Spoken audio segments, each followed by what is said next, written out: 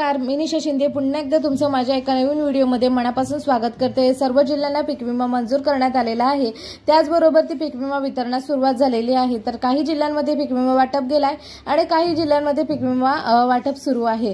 अहमदनगर, अमरावती, वाशिम, यवतमाळ, बीड, हिंगोली, अकोला, वर्धा, परभणी, जालना आणि बुलढाणा या अशा सगळ्या पूर्ण जिल्ह्यांची यादी आपण या ठिकाणी पाहून घेणार आहोत। केंद्र सरकारने किती निधी मंजूर केलेला आहे ना, विमा हप्ता ते शेतकऱ्यांचा वाटा हा सरकारने किती वाटा हा हप्त्यात वितरित केलेला आहे, ही सगळे अपडेट आपण या ठिकाणी जाणून घेणार आहोत। त्या अगोदर तुम्ही जर आपल्या चॅनलवर नवीन असाल तर चॅनलला आपलं सबस्क्राइब करून घ्या। तर महाराष्ट्रातील शेतकऱ्यांसाठी प्रलंबित पीक विम्याबाबत सरकारने एक महत्त्वाचे पाऊल उचलले आहे। आता शेतकऱ्यांना पीक विम्याची रक्कम दिली जाणार आहे। नुकसान भरपाई मिळालेल्या 33% शेतकऱ्यांना 25% आगाऊ पीक विमा देण्यात आला आहे। आता उर्वरित 75% पीक विमा सरकारने वितरित करण्याचा निर्णय शासनाने घेतलेला आहे। या संदर्भात आपल्याला राज्य सरकारने सूचना जारी केल्या असून शासनाने पीक विमा कंपन्यांकडे पीक विम्याची रक्कम जमा करण्यास सुरुवात केली आहे। तर काही पीक विमा कंपन्यांकडे पैसे आहे हे जमा झालेले आहेत। महाराष्ट्रातील विविध जिल्ह्यांमध्ये विलंबित पीक विमा रक्कम आता वितरित केली जाईल।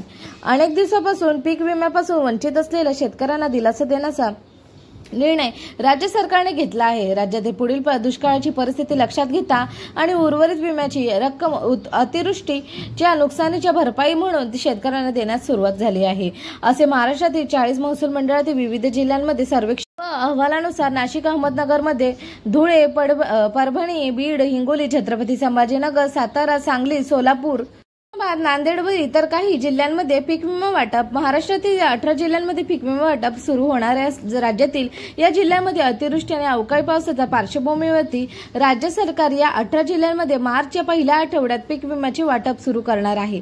पीक विम्याची रक्कम दिली जाणार रब्बी पीक विम्याची रक्कम लागू होणार असून यामध्ये शासनाने प्रत्येक जिल्ह्यांची विमा कंपनीला वेगवेगळी रक्कम ही दिली आहे।